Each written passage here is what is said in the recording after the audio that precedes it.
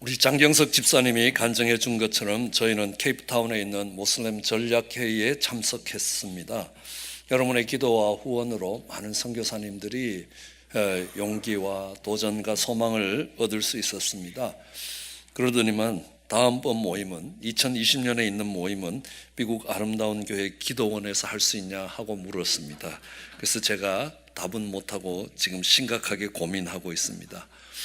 일정도 바꾸어서 라마단 기간 중에 모슬렘 선교사님들이 특별히 정말 하나님께 헌신된 좋은 선교사님들이 LA 도성에 찾아온다면 아마 어쩌면 LA 도성에 새로운 선교의 바람이 불 수 있지 않을까도 생각합니다. 이번 전략회의는 케이프타운에서 있는 관계로 아프리카 팀들이 특별히 그들의 사역들을 소개하는 시간이 있었습니다. 아프리카는 이 동쪽으로 가면 동쪽에 있는 아프리카 나라들은 지금 엄청난 부흥의 역사들이 일어나고 있습니다. 수천 명이 또 수만 명의 성도님들이 교회로 몰려오고 있습니다. 그러나 반대로 서쪽이나 이 북쪽은 아직도 모슬렘권이 크게 역사하고 있고, 그래서 10년 동안 눈물로 씨앗을 뿌려도 아직 열매가 맺히지 않는 것을 보게 됩니다. 티니지에서 오신 어느 선교사님이 선교 보고를 하면서 그렇게 이야기합니다. 내가 내 뼈를 이 땅에 묻기까지 주님께 돌아오는 사람이 한 사람이라도 있을까? 참 회의적이라고 이렇게 정말 힘들어 하셨습니다. 그분은 태권도 교관으로 티니지에 갔습니다. 그래서 많은 사범들을 키웠고 지금 태권도 도장에도 수많은 수련생들이 나오고 있다고 이야기합니다. 제자 훈련을 통해서 제자들을 세워놓았다고 합니다. 그리고 이렇게 질문합니다. 그들 중에 남아있는 사람이 몇 명이나 될까요? 한 명도 없습니다. 다 떠났다는 겁니다. 섰다 하면 넘어지기도 하고 모임에는 적지 않는 사람들이 모입니다. 그러나 그들이 그리스도를 만나 변화되었기 때문이 아니라 오병이어의 기적처럼 먹고 배불렀기 때문에, 그들이 얻을 수 있는 유익이 있기 때문에 그때까지 찾아오고 그때까지 훈련받는다는 것입니다. 주님을 만나서 삶이 달라지고 가치관이 달라지고 예수님이 정말 그 인생의 주가 된 사람을 만나보기 어렵다고 이야기합니다. 그럼에도 불구하고 그 땅에서 10년이 넘는 세월, 20년이 넘는 세월 동안 씨를 뿌리고 있는 우리 선교사님들을 참 귀하게 볼 수 있었습니다. 그러면서 교차되어 가는 게 있습니다. 한국에 처음 복음을 들고 왔던 선교사님들도 그랬다는 것입니다. 가장 먼저 한국에 도착했던 언더우드라는 선교사님이 그의 간증 같은 일기 같은 기도문을 썼습니다. 조선의 마음이라는 그런 시입니다. 이렇게 시작됩니다. 주여, 지금은 아무것도 보이지 않습니다. 주님, 메마르고 가난한 땅, 나무 한 그루 시원하게 자라오르지 못하고 있는 땅에 저희를 옮겨와 심으셨습니다. 그 넓고 넓은 태평양을 어떻게 건너왔는지 그 사실이 기적입니다. 주께서 붙잡아 뚝 떨어뜨려 놓으신 듯한 이곳, 지금은 아무것도 보이지 않습니다. 보이는 것은 고집스럽고 얼룩진 어둠뿐입니다. 어둠과 가난과 인습에 묶여있는 조선 사람들 뿐입니다. 그들은 왜 묶여있는지 고통이라는 것도 모르고 있습니다. 고통을 고통인 줄 모르는 자에게 고통을 벗겨주겠다고 하면 의심부터 하고 화부터 냅니다. 조선 남자들의 속셈이 보이지 않습니다. 이 나라 조정의 내심도 보이지 않습니다. 가마를 타고 다니는 여자들을 영영이 볼 기회가 없으면 어쩌나 합니다. 조선의 마음이 보이지 않습니다. 그리고 저희가 해야 할 일이 보이질 않습니다. 지금은 우리가 서양 귀신, 양귀자라고 손가락을 받고 있사오나 저희들이 우리 영혼과 하나인 것을 깨닫고 하나님 나라의 한 백성, 한 자녀임을 알고 눈물로 기뻐할 날이 있을 것을 믿나이다. 지금은 예배드릴 예배당도 없고 학교도 없고 그저 경계의 의심과 멸시와 천대함이 가득한 이곳이지만 이곳이 머지않아 은총의 땅이 되리라는 것을 믿습니다. 주여 오직 제 믿음을 붙잡아 주소서. 이 시를 읽으면서 제일 마지막 구절, 주여 오직 제 믿음을 붙잡아 주소서라는 말에 마음이 저려옵니다. 어떤 심정으로 이 말을 했는지 잘 알 수 있습니다. 이 땅에서 사역하는 동안 정말 하나님이 부르실 때까지 어쩌면 아무 열매도 없을지도 모른다는 불안함이 그들의 믿음을 흔들고 있었던 것입니다. 주님이 물으십니다. 이 마른 뼈들이 살겠느냐는 것입니다.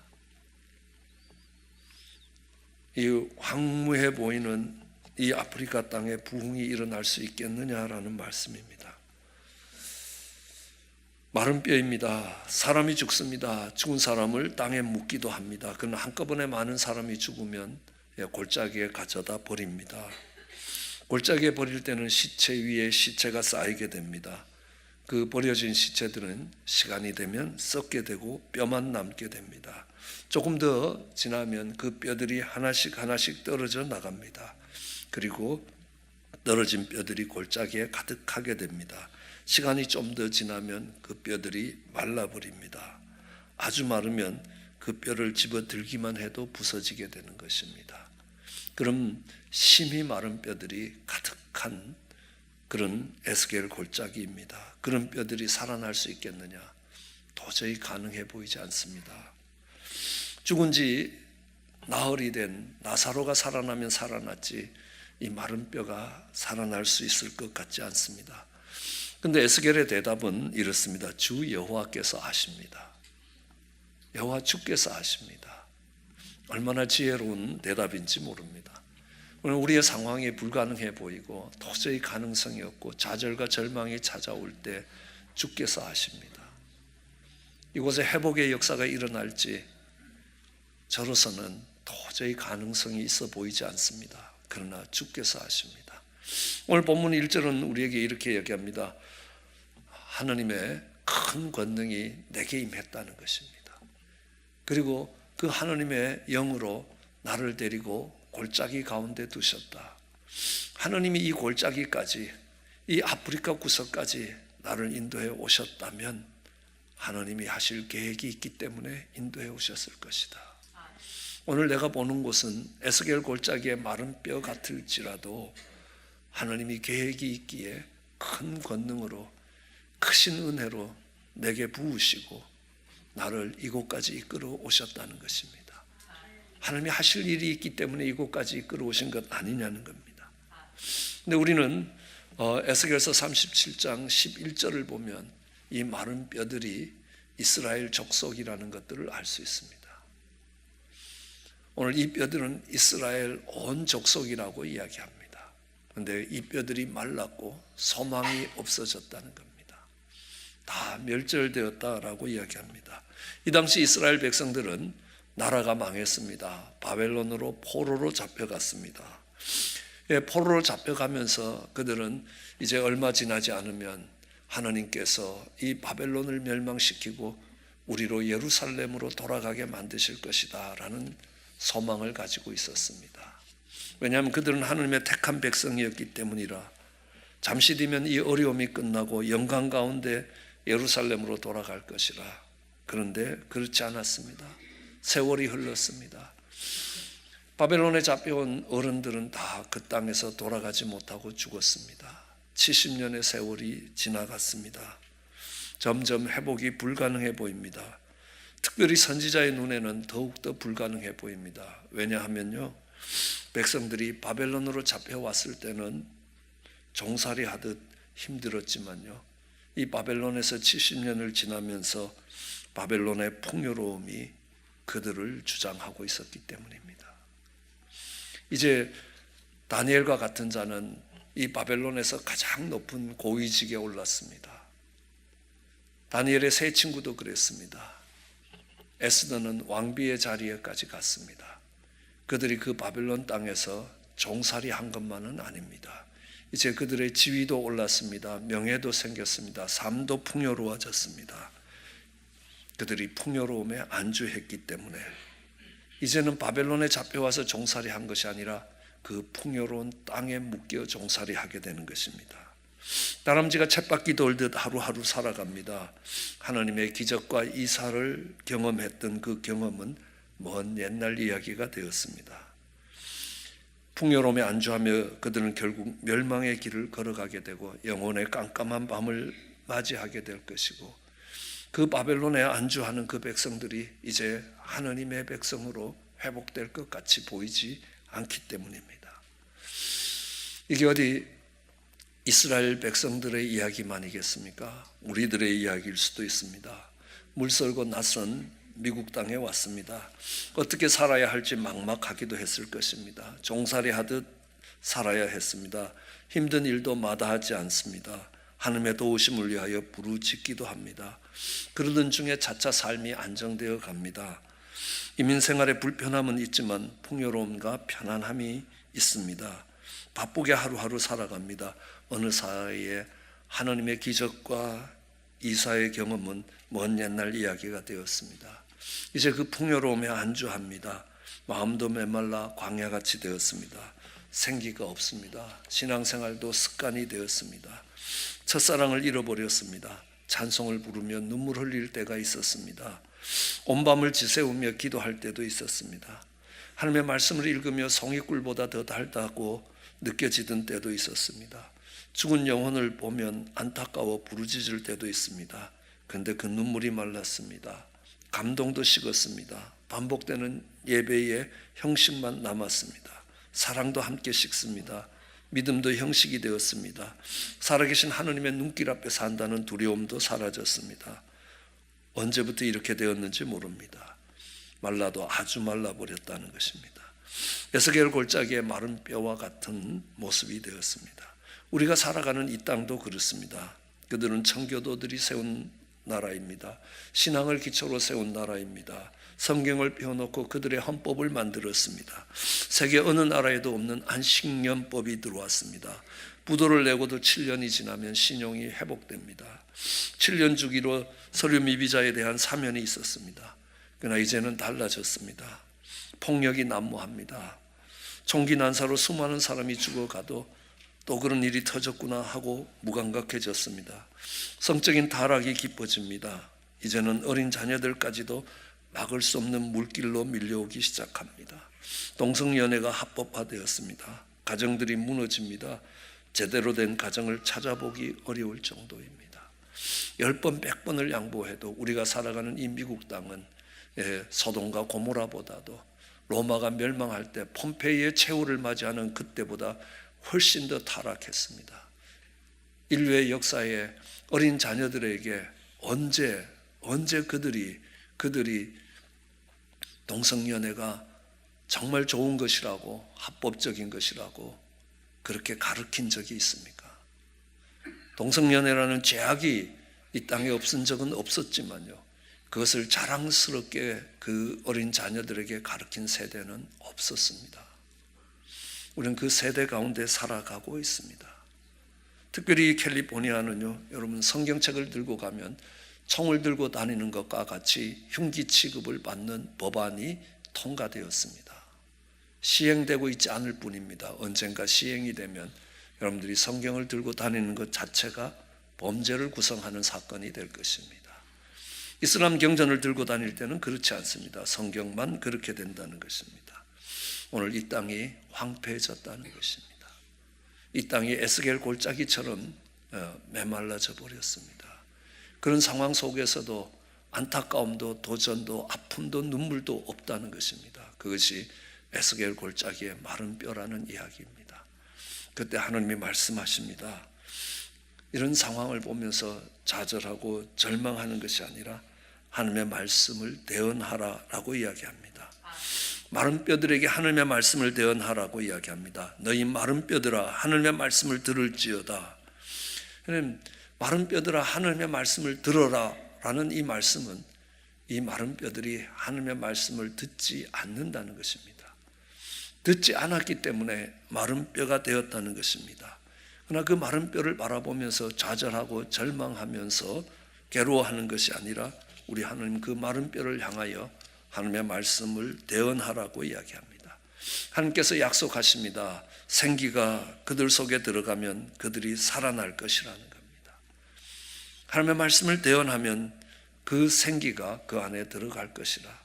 에스겔은 그 하나님의 말씀을 따라 대언합니다. 그가 명령을 따라 대언할 때 소리가 나고 이 뼈 저 뼈가 들어맞고 뼈들이 서로 연락되기 시작합니다. 소리가 납니다. 움직이기 시작하는 겁니다. 이 뼈 저 뼈가 맞아서 서로 연결되기 시작됩니다. 연합되기 시작합니다. 그리고 그 뼈에 힘줄이 생기고 살이 오르고 그 위에 가죽이 덮입니다. 그러나 그 속에 생기가 없더라는 겁니다. 겉모양은 이제 살아있는 것처럼 보이지만 생기가 없는 몸을 위하여 다시 한번 주의 말씀이 선포되어야 합니다. 9절에 또 내게 이르시되 인자야 너는 생기를 향하여 대언하라. 생기에게 대언하여 이르기를 주 여호와께서 이같이 말씀하시기를 생기야 사방에서부터 와서 이 죽음을 당한 자에게 불어서 살아나게 하라 하셨다 하라. 예, 생기가 들어가면 살아납니다. 살아나면 하나님의 극히 큰 군대가 될 것이라 라고 약속하십니다. 생기가 답이라는 겁니다. 아무리 절망적인 상황일지라도 생기가 들어오면 생명이 될 것이고 살아나게 될 것입니다. 그것은 하나님께서 우리를 창조하실 때도 그랬다는 것입니다. 창세기 2장 7절에 보면 여호와 하나님이 땅의 흙으로 사람을 지으시고 생기를 그 코에 불어넣으시니 사람이 생명이 되느니라. 하나님의 말씀을 대언하되 생기를 명하여 그 사람에게 들어가라고 명하라는 것입니다. 그저 그 생기가 들어가면 그가 살아난다는 것입니다.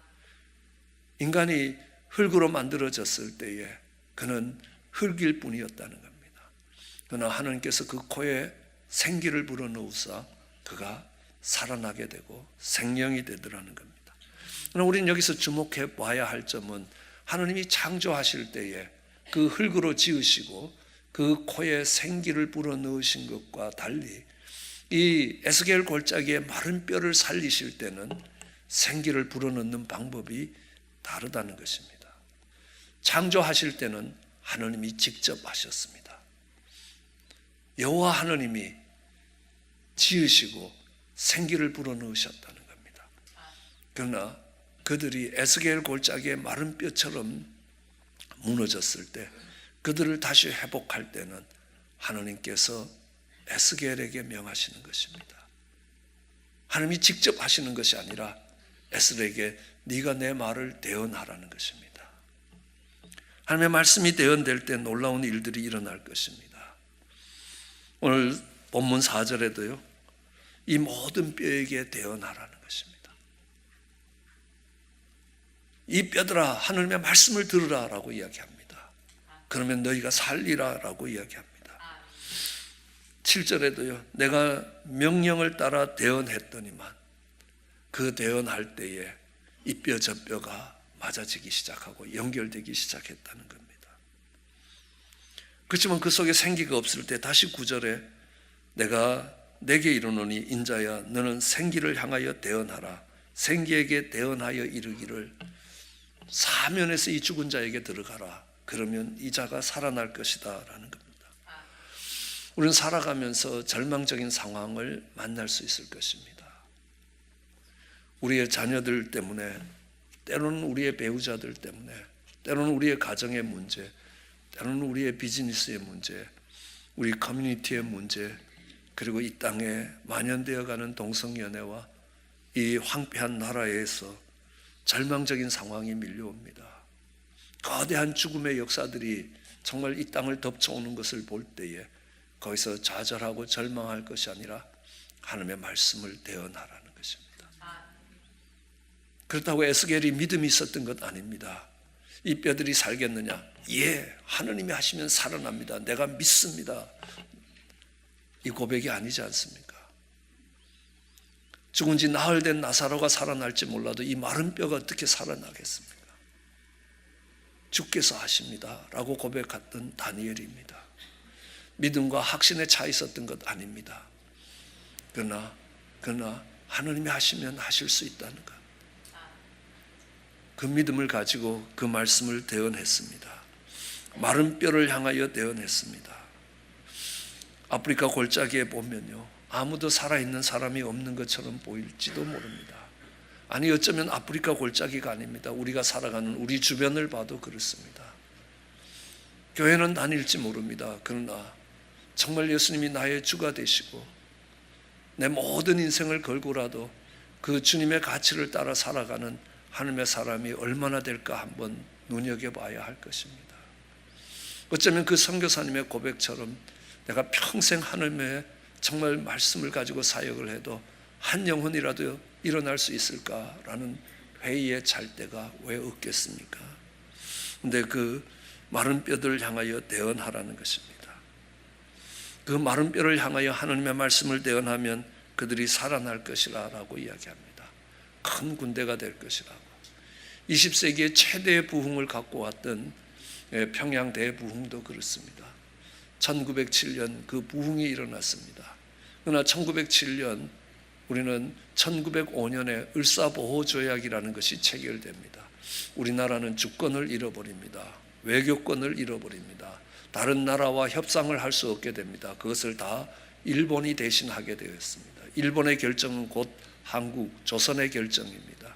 그리고 1907년에 되어서 한국 군대가 해산됩니다.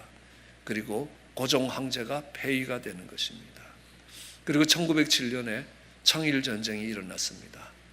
싸우는 나라는 청나라와 일본이지만 그 전쟁터는 조선반도였습니다. 평양을 중심으로 청일전쟁이 일어났습니다. 평양에는 화약 냄새가 그치지 않았습니다. 온 도시가 화약 냄새로 가득했고 수많은 사람들이 죽어나갔습니다. 죽어가는 사람들 시체를 치울 수가 없어서 평양 시내는 시체 썩는 냄새로 온 도시가 정말 가득했던 겁니다. 에스겔 골짜기의 마른 뼈와 같습니다. 그런데 장대현 교회에서 하나님의 말씀이 선포되기 시작했습니다. 그들은 그 절망적인 상황에서 하나님의 말씀을 듣기 시작합니다. 그들의 사경회는 일주일 예정되었습니다. 예정된 일주일이 끝났습니다. 그들은 하나님의 말씀을 듣기 위하여 일주일 더 사경회를 진행합니다. 그리고 부흥의 불길이 일어나기 시작합니다. 삼천리 방방곡곡에 복음의 역사들이 일어나기 시작합니다. 이제는 가장 많은 선교사를 파송하는 나라에까지 이르렀습니다. 하나님의 큰 군대가 됐던 것들을 보게 됩니다. 에스겔 골짜기의 마른 뼈와 같은 그 상황 속에서 하나님의 말씀이 선포될 때 그 마른 뼈들을 향하여 말씀이 선포되고 그 마른 뼈들이 그 말씀을 듣기 시작할 때부터 달라졌습니다. 그들은 살아났고 큰 군대가 되었습니다. 오늘 하나님께서 에스겔에게 말씀합니다. 그들이 겉보기에는 살아있지만 생기가 없을 때에 이제는 마른 뼈를 향하여 하나님의 말씀을 선포하는 것이 아니라 생기를 향하여 하나님의 말씀을 선포하라는 것입니다. 그 생기를 향하여 하나님의 말씀을 대언하라는 겁니다. 그러면 생기가 사방에서 불어와서 그들을 살릴 것이라고 이야기합니다. 우리는 잘 알고 있습니다. 마가다락방에 두려워하여 숨어 있었던 제자들에게 성령이 임하기 시작합니다. 성경 속에 성령은 많은 부분 생기로 표현되기도 합니다. 그 성령이 임하자 그들이 무능한 존재가 아니었습니다. 무기력한 존재가 아니었습니다. 무가치한 존재가 아니었습니다. 이제 일어나 하나님의 큰 군대가 되어서 초대교회가 세워지고 그리고 그 교회가 오늘 2000년 동안 이어져 왔던 것들을 보게 됩니다. 생기가 그들 속에 들어갈 때 그들이 살아나서 하나님의 군대가 되는 것들을 보게 됩니다. 우리는 우리의 삶을 돌아볼 때에 우리는 사망이 역사하는 곳에 놓여 있습니다. 우리의 개인적인 삶을 보더라도 가정도 우리의 사회도 이 나라와 민족도 그렇습니다. 어쩌면 에스겔 골짜기에 있는 마른 뼈처럼 생기와 소망을 잃은 수많은 사람들이 죽음을 향해 나아가고 있는 것들을 보게 될 것입니다. 그럴 때 하나님 말씀하십니다. 창조하실 때는 하나님이 직접 하셨지만 이제는 너희가 하라는 것입니다. 너희가 생명의 떡을 나누어 주라고 이야기합니다. 너희가 하나님의 말씀을 대언하라는 것입니다. 너희가 그 하나님의 약속의 말씀을 선포하라는 것입니다. 하나님을 대신하여 선포하라는 겁니다. 그러면 하나님이 일하실 것입니다. 사방에서 생기가 몰려와서 그들을 살릴 것이고 그들은 하나님의 큰 군대가 될 것입니다. 우리의 자녀들이 그렇게 바뀌게 될 것입니다. 우리의 교회와 이 커뮤니티가 그렇게 바뀌게 되기를 원합니다. 그 하나님의 말씀을 대언하는 그 사명을 선교지에서의 선교사님뿐만 아니라 우리가 세워진 이 자리에서 우리가 보고 있는 에스겔 골짜기의 마른 뼈와 같은 그곳을 향하여 그 하나님의 말씀을 대언할 수 있는 저와 여러분 되시기를 주의 이름으로 축원합니다. 기도하시겠습니다.